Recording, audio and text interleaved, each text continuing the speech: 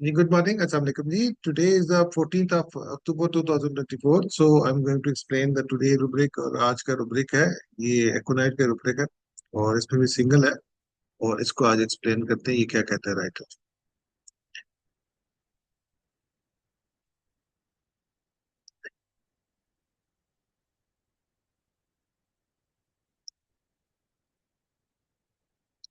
ये रुब्रिक है, बहुत प्यारा सा रुब्रिक है।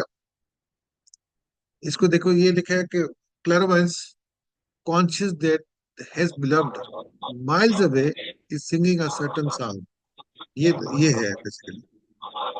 अब क्लैरवॉयंस जो होता है, conscious that has beloved miles away is singing a certain song.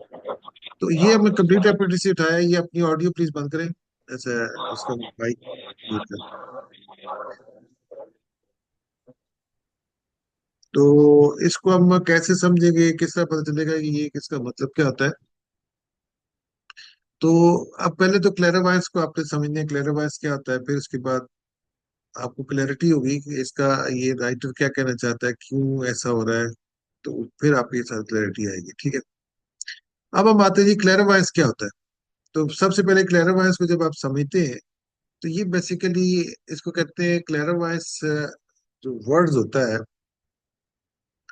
ये आपकी जो आपके अंदर एबिलिटी होती है कोई गेन इंफॉर्मेशन, इंफॉर्मेशन गेन करता है about the peoples, events, objects through extra sensory perception. यानी ESP, एक्स्ट्रा सेंसरी परसेप्शन के जरिए आप बंदा अपनी इंफॉर्मेशन गेन करता है। जो इसमें जो वर्ड है ना, एक क्लियर है। क्लियर जो ये बेसिकली जो वर्ड है, ये फ्रेंच वर्ड है। इसका मतलब क्लियर, वॉइस का मतलब है विजन। क्लियर विजन होता है, लेकिन एक्स्ट्रा सेंसरी परसेप्शन के जरिए। तो उसको हम कहते हैं क्लैरिवायंस। यानी आपका कोई मीन सेंटर में नहीं होता, कोई सेंटर में कोई रास्ता, कोई ऐसी क्लैरिटी नहीं होती सेंटर में, कोई आपको कोई लॉजिकल नहीं होता, सामने नजर आ रही है लेकिन आपकी होती है। इसमें देर डिफरेंट टाइप थे इसमें होती है। क्लैरिवायंस की टाइप कितनी है, एक होता है प्री कॉग्निटिव होती है।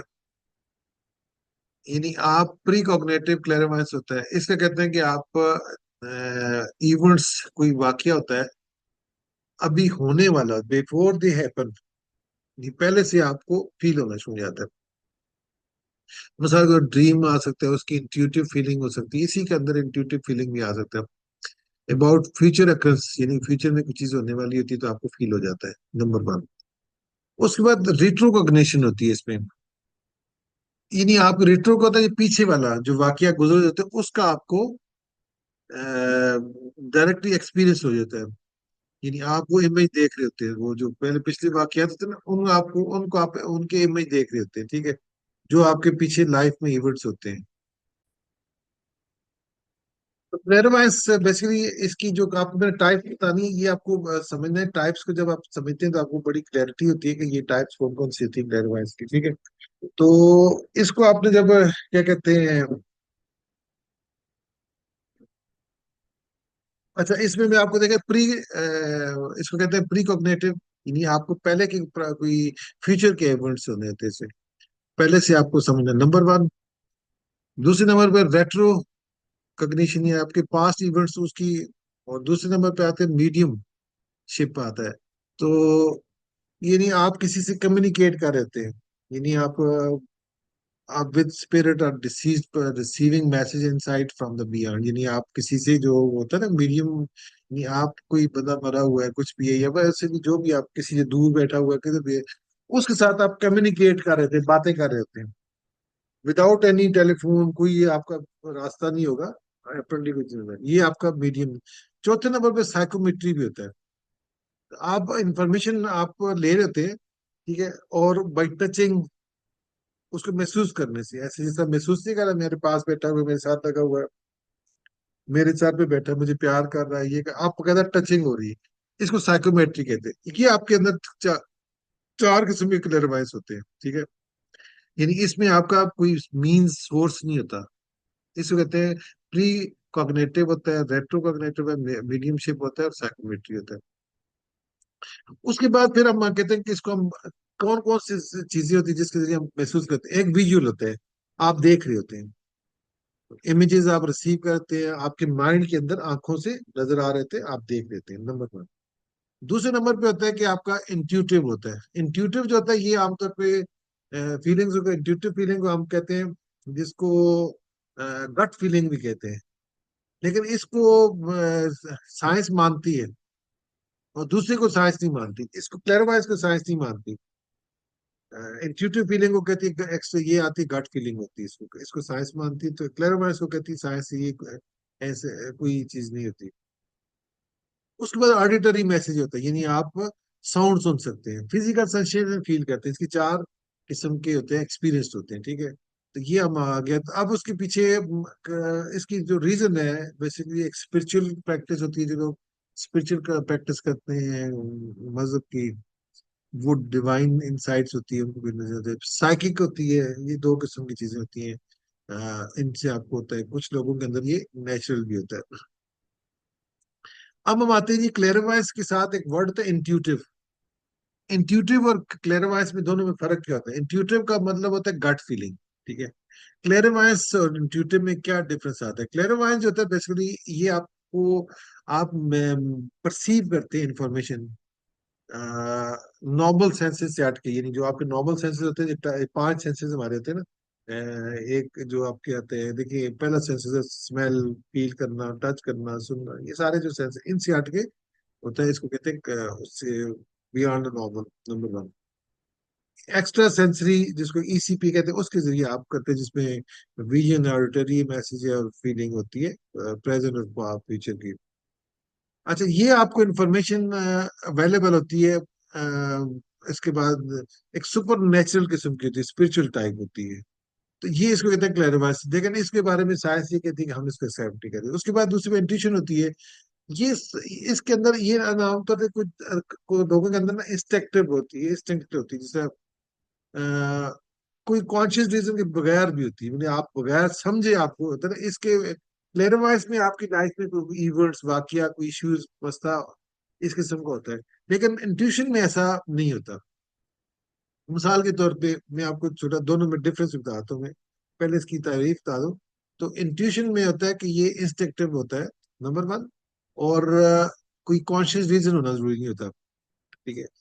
इसके बाद कहते हैं कि ये आमतौर पर सब कॉन्शियस फीलिंग होती है, और ये इसको गट फीलिंग भी कहते हैं, मोस्ट क्यूज। अब मैं आपको दोनों की मिसालें बताता हूँ। मिसाल के तौर पे, जिस तरह अभी एकोनाइट में कहते हैं कि मेरा बेटा वो वहां पर इतना दूर बैठा हुआ है और मैं उससे एक बात कर रहा हूँ, ये आपका क्लैरिवाइस है, यानी आपको फील हो रहा है एक दूसरे के साथ बॉन्डिंग की, ये क्लैरिवाइस। इंट्यूशन का मतलब है मैं ये कहता हूँ यार यहाँ पर ना कल कोई एक्सीडेंट होने वाला है। अब इसका बैकग्राउंड कोई भी नहीं है, सब कॉन्शियसली यहाँ पर एक्सीडेंट होने वाला है। या यार ये आज ना वहां पर ये घर ऊपर से जल्ला कल आ जाएगा, या इस बजे ये हो जाएगा। तो इसको कहते हैं इंट्यूशन फीलिंग, इंट्यूटिव। या आप यहाँ से निकल जाओ, जल्ला आने वाला है। इस किस्म में वाकयात सुनिए आपने वैसे। हाँ, मिसाल के तौर पे आपको मैं दोबारा समझाता हूँ मैं, कि आप यहाँ पर बैठे हुए ना, तो आप कहते हैं जी कि आपको फीलिंग आ गई है, मुझे यहाँ से उठकर निकल जाना चाहिए, something is going happen here problem. Minute के बाद थोड़ी देर बाद गुजरती है, वो घर नीचे गिर जाता है, मकान नीचे गिर जाता है। इसको कहेंगे इंट्यूटिव फीलिंग। अब क्लैरिवाइज क्या होता है? कि क्लैरिवाइज ये होता है कि आप यानी आपकी लाइफ में कोई वाकया, इवेंट्स, वो आपको कोई ना कहीं उसकी पीछे बात में अटैचमेंट होती है। वो अटैचमेंट की वजह से क्या होता है कि आप उसको फील करते हैं, ठीक है। इसका मतलब क्लेरवाइंस होता है। तो वो उसका और दोनों में डिफरेंस ये आता है। तो अब हम आते हैं जी इसकी डेफिनेशन की तरफ आते हैं कि ये तो आप क्या, क्लेरवाइंस और इंट्यूटिव दोनों में डिफरेंस होता है। तो अब क्लेरवाइंस का जो रूब्रिक है, उस रूब्रिक को मैं आपको एक्सप्लेन करता हूँ कि रूब्रिक क्या कहती है। कि ये क्लेरवाइंस की जो रूब्रिक है,